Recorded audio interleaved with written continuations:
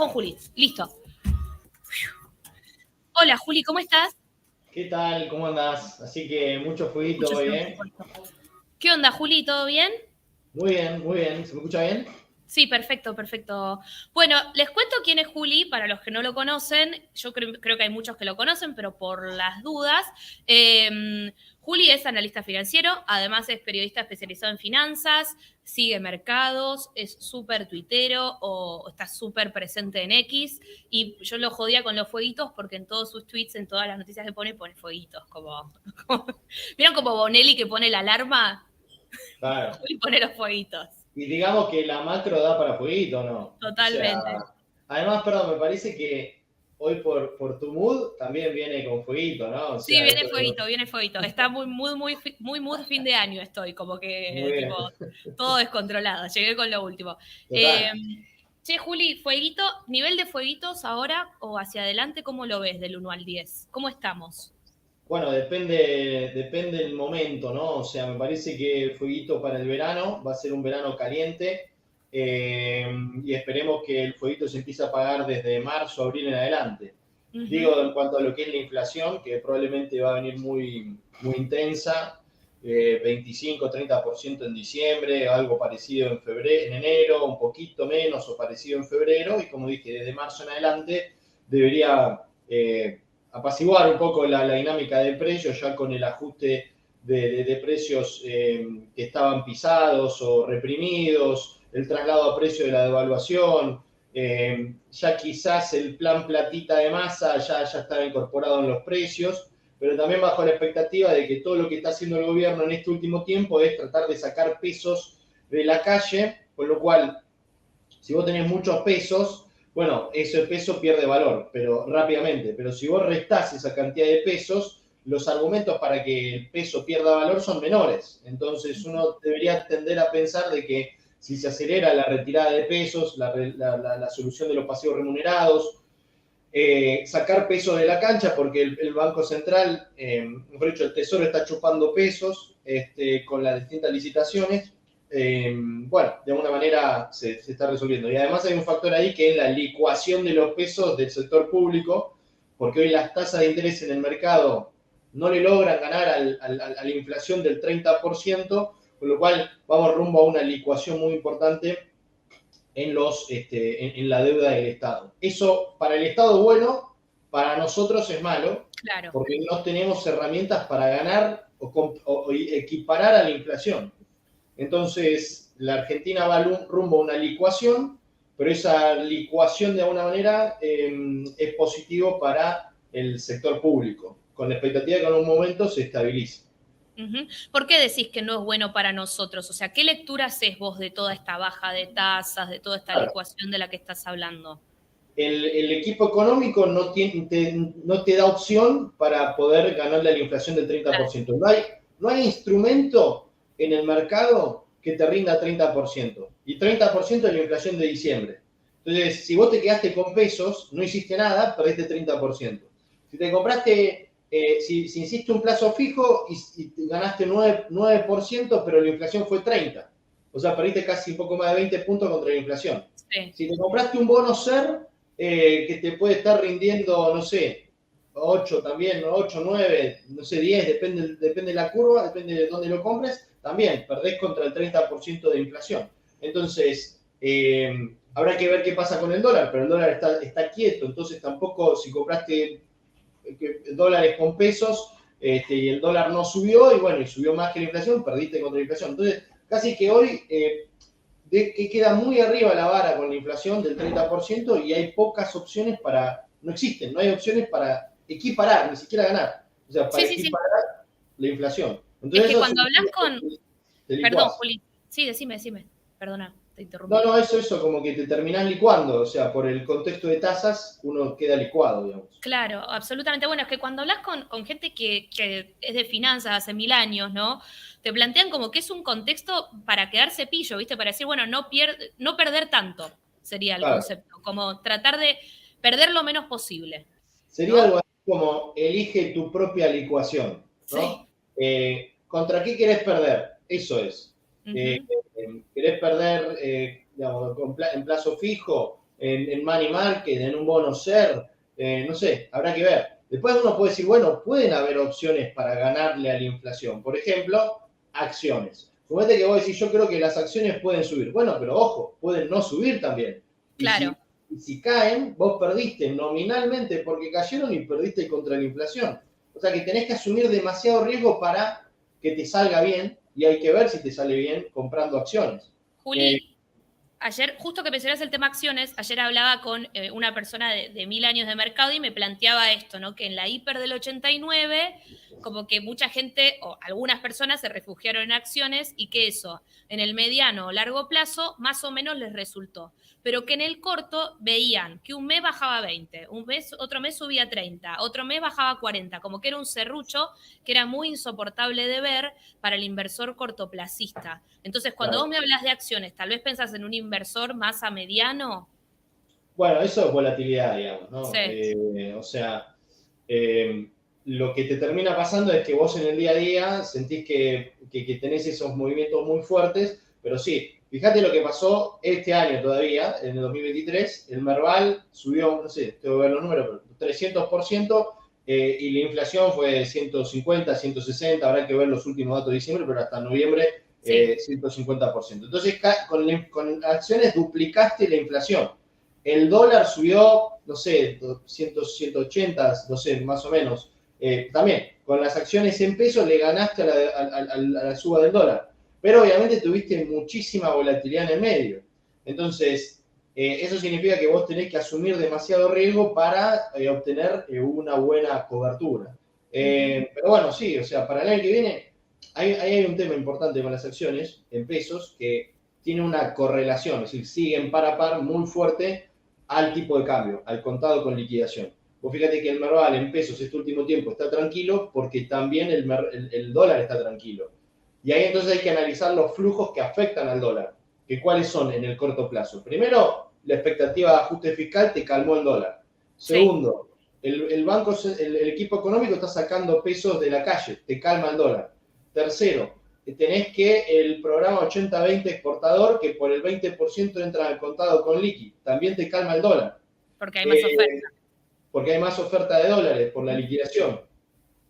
Cuarto, si se quiere, hace más de una semana que se está hablando del BOPREAL, que el BOPREAL también te genera una determinada expectativa de contención cambiaria, porque si sube el dólar, bueno, tenés un nuevo instrumento para que el importador se haga de dólares sin perder el acceso al MULC, y entonces también te frena el dólar. Entonces, Mira, tenés un Juli, conjunto de explicamos factores. lo que es el BOPREAL para el que no entiende, porque tal vez no sigue gente que no está muy en la diaria de las finanzas. Dale, bueno, mira, el BOPREAL surge por un problema que hereda el equipo del equipo económico de Milei. ¿Que cuál es? Que durante el último año y medio, casi 2 años, prácticamente durante toda la gestión de Sergio Massa, la deuda de importadores con sus proveedores en el exterior se duplicó y pasó de 30.000 millones a 60.000 millones, casi, poco menos, de dólares. O sea que hay una deuda ahí que es exigible, que hay que ver cómo pagarla. Pregunta, ¿hay esa cantidad de dólares? No hay. ¿Por qué? Porque el equipo económico heredó de la gestión de Alberto menos 11.000 millones de dólares de reserva. O sea, no hay deuda, pero no hay dólares para pagar. Claro. Entonces, ante esa necesidad de solucionar el problema de la deuda comercial, lo que diseñó el equipo económico es un bono, se va a pagar con bonos. Entonces, ¿cómo sería el tema? El equipo económico, el Banco Central, lanza 3 tipos de bonos con distintas características, pero con la idea de que quien tiene deuda comercial pueda suscribir ese bono. Se suscribe en pesos, con lo cual ese no es un dato menor, porque si yo suscribo en pesos, estoy sacando pesos de la calle y eso Claro. también juega a favor para frenar la inflación y frenar la devaluación. Segundo, el exportador puede, el importador puede usar ese bono, cancelarlo en el mercado, o sea, venderlo en el mercado y hacerse de dólares para pagarle a su proveedor. Y haciendo eso no pierde el acceso al mercado, al MULC, al mercado único libre de cambio. Entonces, es un bono que viene a solucionar un problema comercial, que saca pesos de la cancha, le permite al importador acceder a dólares y no afecta a las reservas. Y se patea la deuda a largo plazo. Entonces es un bono fantástico que encima, si el dólar sube, el importador se ve atraído en liquidar ese bono, en vender ese bono, y entonces el contado con liqui tiende a frenarse si es que se da una fuerte suba. Entonces viene a contener un montón de variables que están hoy desequilibradas y funciona fantástico en función de todo eso. Ahí vamos a volver al Bopreal porque veo algunas preguntas, pero quiero ver a ver qué consultaron. Juli recibe preguntas, bueno, yo también, pero en este caso vamos con preguntas para el invitado aquí en Cuestión de Pesos, que sabe un montonazo de finanzas. Bueno, comentarios hay de todo tipo, te imaginarás, Juli, de tu última participación en televisión. También te plantean de todo tipo de comentarios. Bueno, que hay que sacar billetes con la cara de masa. Bueno, tranquilicémonos todos. A ver. Se ríen de tus fueguitos. Bueno, acá hay no sé, Juli, vos venís siguiendo el tema del juicio YPF, porque la verdad que me interesa que lo charlemos un poquitito, a ver si tenés tus hipótesis. Yo te cuento un poco lo que preguntan acá. Dice, ¿cómo se pagarían los 16.000 millones de dólares de YPF? ¿Qué ideas hay? Bueno, ayer Milei salió con una un poco divertida, no sé si lo hablaba en serio o no sé si lo escuchaste, que dijo voy a inventar la tasa Kicillof, ¿no?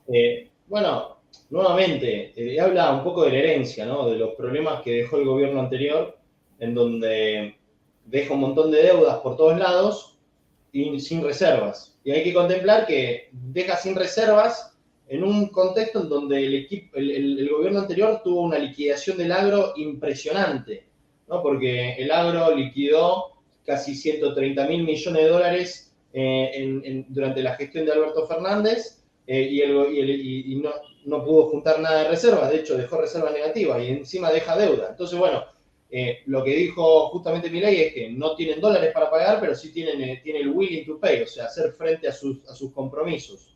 Y para eso, dice, bueno, me parece que el mensaje es que quiso hacer como un bono perpetuo, que es un bono para siempre, o no sé qué plazo, habrá que ver, pero que sí, que todos los que lo paguemos nos acordemos que estamos pagando el desastre de Kicillof, pero no solo de Kicillof. Me parece que ahí Milei se equivoca porque es de Kicillof y de muchos de Juntos por el Cambio y de la Unión Cívica Radical que aprobaron esa estatización. ¿No? Entonces, pasa que ahí te van a plantear que ellos aprobaron, que estaban de acuerdo con estatizar, que el problema fue cómo se estatizó, porque se estatizó, o sea, lo que fue un problema de negligencia técnica, Juli, hubo. O sea, un tema de vos sabías cómo tenías que estatizar y no cumpliste todos los pasos. Y cuando vos preguntás, ¿por qué no cumplieron todos los pasos?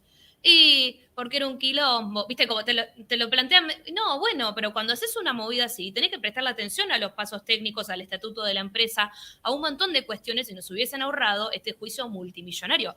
Fue negligencia. Mirá, fue negligencia. Sofi, hoy YPF vale cerca de 5.000 millones de dólares, es es menos de un tercio de lo que le debemos.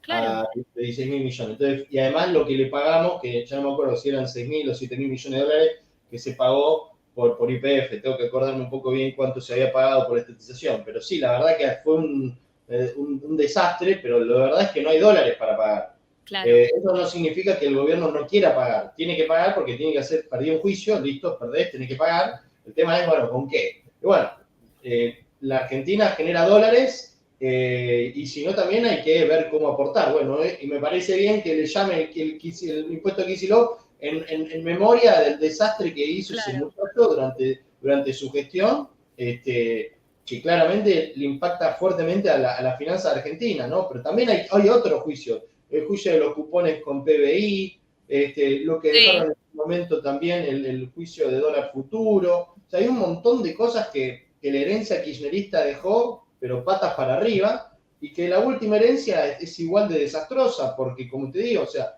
y al borde de una hiperinflación, con un montón de pesos en la calle, sin reservas, sin inversiones, estancamiento, pobreza del 40%, déficit energético, déficit fiscal de 5 puntos de PBI, los pasivos remunerados por 25.000 millones de dólares.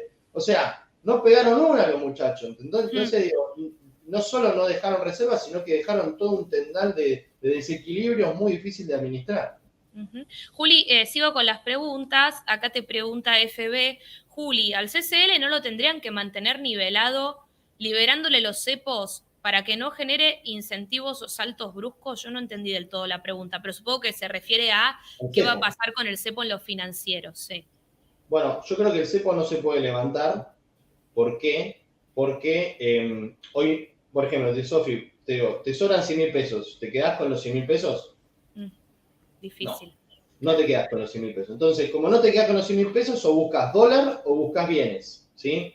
Si no tenés la posibilidad de ir a dólar porque estás encepado, bueno, entonces vas a bienes. Ahora, si vos tuviese la posibilidad de ir a dólar, vas a dólar, por la cultura y por, bueno, todo lo que tiene que ver, digamos, cómo manejan las finanzas los argentinos. Entonces, si vos le liberás la posibilidad de ir a dólar, te autogenerás una corrida cambiaria. Porque todo el mundo que está encepado y que no puede ir al dólar, iría al dólar. Entonces provocarías un rally en el dólar. Entonces, ¿qué es lo que tiene que hacer para mí el equipo económico? Intentar estabilizar la demanda de pesos. Si la gente decide no desprenderse de los pesos y quedarse con los pesos, que es algo que hoy no pasa, porque querés desprenderte rápidamente, porque el peso pierde valor muy rápidamente, si en un futuro eso se estabiliza, bueno, ahí sí puedes levantar el cepo. Pero necesitas que la gente se quede con pesos y no huya al dólar, porque si huye, o sea, que pierda incentivo ir al dólar. Hoy hay incentivos para ir al dólar, pero si en un futuro se pierde el incentivo, bueno, entonces sí puede levantar el cepo y no debería haber una corrida cambiaria y que a la gente le resulte indiferente quedarse en pesos o ir a dólar. Ese sería el mejor escenario. ¿Cómo lo logras? Bueno, mostrando prudencia fiscal, frenando la inflación, mostrando ingreso de reservas. Son todas cuestiones que hoy faltan. Por eso mismo me parece que hoy, con el tema del dólar y del cepo, en realidad no están dadas las circunstancias para levantarlo, porque te inducís una corrida cambiaria y esa corrida cambiaria después te golpea contra la inflación futura. Entonces el problema no lo termina de resolver. Diría Juli, incluso que el cepo es un aliado del gobierno. ¿vos crees que hay un horizonte que se puede poner el gobierno para levantar el cepo? ¿O qué hitos tendrían que ocurrir para que lo pueda hacer? Bueno, por eso te digo, o sea, en la medida que primero la inflación va a pegar un fogonazo, ese fogonazo se va a estabilizar y cuando haya un sendero de inflación a la baja persistente y en particular debajo, o sea, en una cifra, ¿sí? En un dígito y persistente a la baja, creo que ahí sería condiciones como para pensar en abrir el cepo. Lo que pasa es que primero necesitas que la economía escupa toda la inflación que tenía reprimida, que una vez que haya vomitado todos los precios, bueno, el empacho se empieza a solucionar y que a partir de ahí, bueno, los precios puedan converger hacia un nivel más razonable. Pero por ahora falta, y lo que pasa es que el equipo económico está usando el ancla fiscal para lograrlo, y el ancla fiscal, a diferencia del ancla monetaria, lleva mucho más tiempo, porque Ujú. hasta que mostrás sendero fiscal, hasta que mostrás superávit primario, superávit fiscal, bueno, lleva más tiempo respecto de si subo la tasa, ya te genero condiciones monetarias más estrictas Más inmediatamente. restrictivas en el momento, claro, Claro. totalmente, Juli. Acá, ¿entienden la diferencia todos para que lo entiendan, ¿no? Un poco. Juli está planteando, de un lado vos vas fijando expectativas más lentamente hasta que mostrás resultados, porque hasta que tenés como números para mostrar, tal vez pasan 4 meses, ¿no? En el tema fiscal.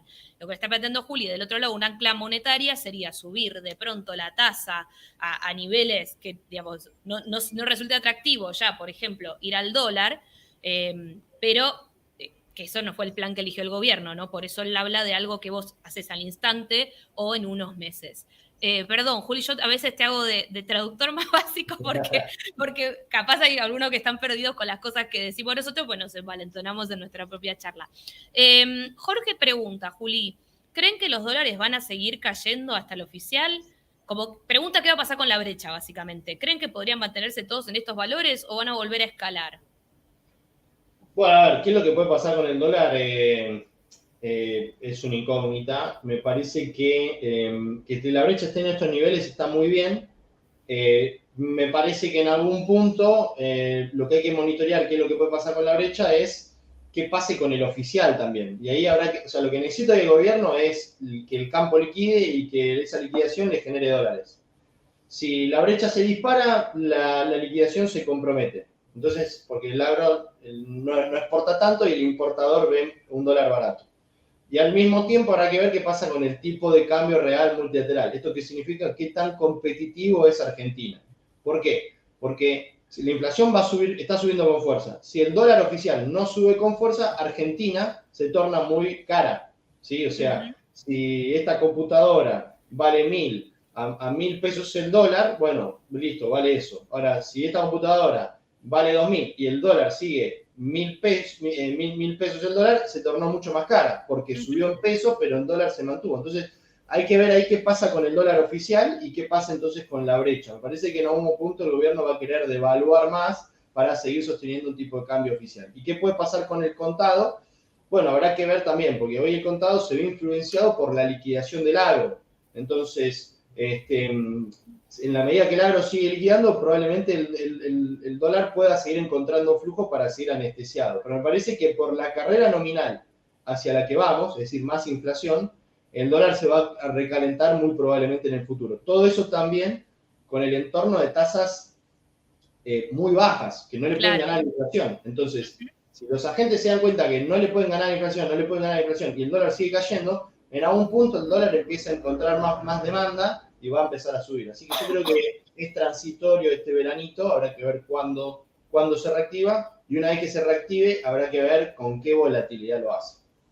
Juli, otra pregunta acá, aprovechemos para aclarar el tema. Vi que los plazos fijos UVA, los bancos los desaparecieron y otros que los ofrecen pusieron tope de 1.000.000 de pesos. ¿Hay alguna forma de reclamarlos? En mi banco desapareció, yo les sumo algo de comunicación más regulatoria, tema plazos fijos UVA.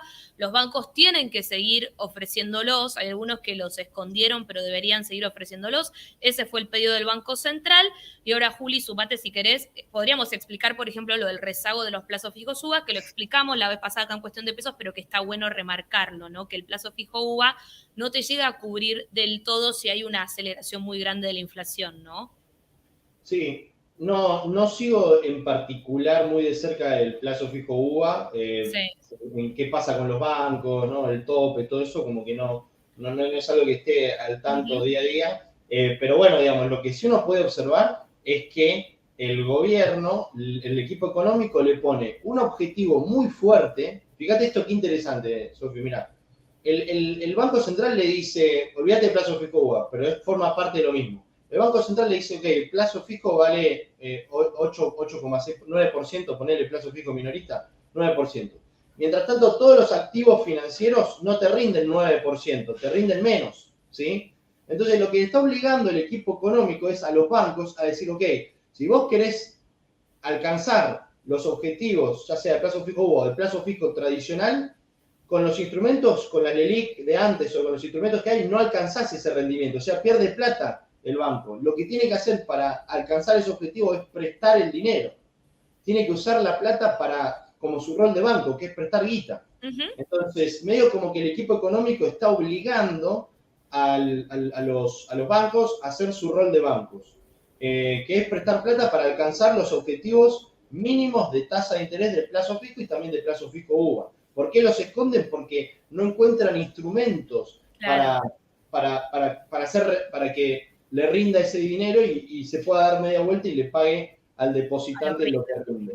Entonces, tienen que prestar guita. Seguramente en algún punto, tarde o temprano, me imagino, vamos a ver promociones de créditos, baja de tasas, no sé, para comprar cosas, etcétera, porque es justamente lo que está obligando la situación actual de las tasas a los bancos, que no están pudiéndole equiparar la inflación y equiparar los datos, las tasas de interés de los plazos fijos y de plazo fijo UVA. Ya que planteás, voy a sacar la pregunta porque esto es casi una charla nuestra, ya que planteás el tema, esto es como, no es Juli, analista financiero, esto es bien Juli, analista de la calle. Ya que planteás esto de los créditos, de ir hacia un modelo de crédito para consumo, para refacción, para lo que sea que vos quieras sacar un crédito, suponete. ¿Vos creés que va a haber una reconfiguración del consumo de las familias? Te cuento mi hipótesis. O sea, vos vas hacia un modelo de reacomodamiento de precios relativos, ¿sí? En que hay precios que van a volverse relativamente más caros, algunos relativamente más baratos, lo que sea de acá en adelante, y que eso va a hacer que las familias, y por la economía que se viene, sobre todo a partir de 2024, que las familias decidan destinar mucha menos guita tal vez a salir a comer afuera o ir al cine y más plata a algún consumo de, no sé, un bien más durable, al ahorro, como una reconfiguración de la manera en la que consumen las familias. ¿Vos adherís a esta hipótesis? ¿Crees que vamos a seguir con el modo los pesos queman, me voy al restaurante mucho tiempo? ¿Cómo lo ves? Bueno, hay que ver la inflación ahí, cuánto se dispara y cuánto suben los salarios, o sea, cuánto poder real, poder adquisitivo real pierden las familias. En la crisis suele reconfigurarse los hábitos de consumo, me parece, o por lo menos los hábitos en general. Así que es probable, ante la dificultad de poder ahorrar en un departamento o en un auto y con la existencia del CEPO y demás, la familia y los agentes suelen o consumir y adelantar gastos o comprar otro tipo de bienes, como decís vos, quizás electrodomésticos. Viste que antes de las elecciones de las generales fue noticia que había como un montón de gente en las casas de electrodomésticos comprando aire acondicionado, yo qué sé, comprando, no sé, heladeras, porque estaban en dólares. Entonces, es probable, habrá que ver si los hábitos de consumo cambian, pero también me parece que, si Dios quiere, la crisis debería no ser tan larga. Me refiero a que el ajuste que está proponiendo el equipo económico es muy agresivo y de shock. Con lo cual, si vos querés que la crisis no dure mucho, tenés que hacer este tipo de cosas, o sea, muy agresivo y shock para encontrar resultados lo antes posible. Tener un mal periodo, pero que dure poco. Si es gradualismo, la crisis dura más.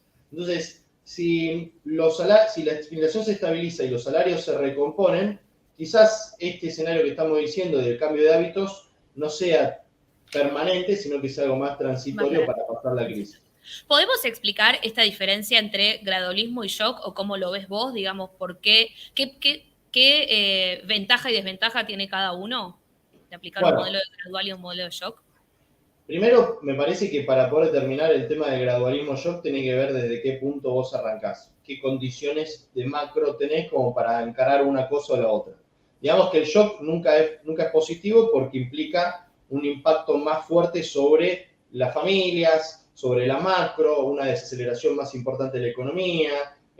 Habrá que, con relación a la inflación y en particular de Argentina, ajustes de precios mucho más importantes porque tenías precios, ¿cómo se dice?, reprimidos y demás. Entonces, un shock es tratar de, en poco tiempo, que se equilibre todo lo que antes estaba desequilibrado. Como dije, precios, tipo de cambio, reservas, la actividad te tiene que caer para frenarte la inflación, o sea que la recesión de alguna manera es necesaria. En cambio, cuando es gradualismo, es como que quizás tenés grados de libertad porque podés tener una inflación menos, como por ejemplo en 2015, 2016, tenías mucha menos inflación que ahora, tenían, digamos, una circunstancia en donde la tasa de interés podía servir para frenar la inflación y frenar la economía de una manera más gradual. O sea, tenías mucho más grado de libertad de lo que tenés hoy. Entonces, la posibilidad de hacer shock o gradualismo es si vos tenés los mercados abiertos y recursos para el gradualismo. Si no los tenés y los desequilibrios son muy fuertes, probablemente tengas que aplicar medidas de shock. Lo bueno del shock, a mi punto de vista, es que si están bien aplicados, si el mercado cree, deberían resolverse rápidamente. Muy bien. Juli, te tengo que dejar. A mí me encanta charlar con vos. La verdad, siempre es un placer tenerte acá en Cuestión de Pesos. Vamos a hacer el especial Fueguitos. Vamos a hacer especial Fueguitos. Dale. Bueno, muchas gracias. El señor el gracias ahí con Fueguitos. ¿Viste? Está espectacular. No sabes lo que es acá la producción. Un fuego. Muy bien. Bueno, Juli, un abrazo grande, feliz año, muchas gracias por estar de nuevo en Cuestión de Pesos, te espero la próxima.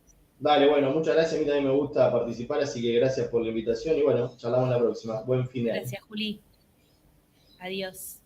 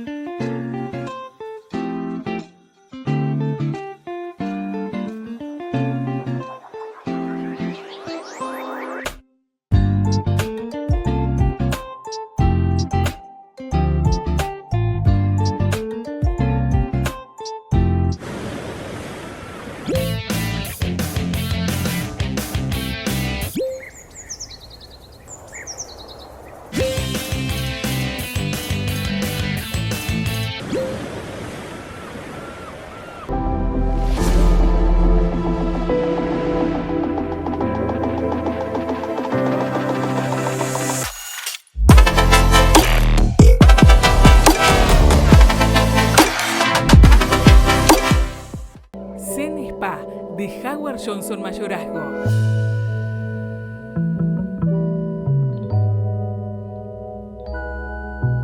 Zen Spa, donde tu mente encontrará su estado de serenidad.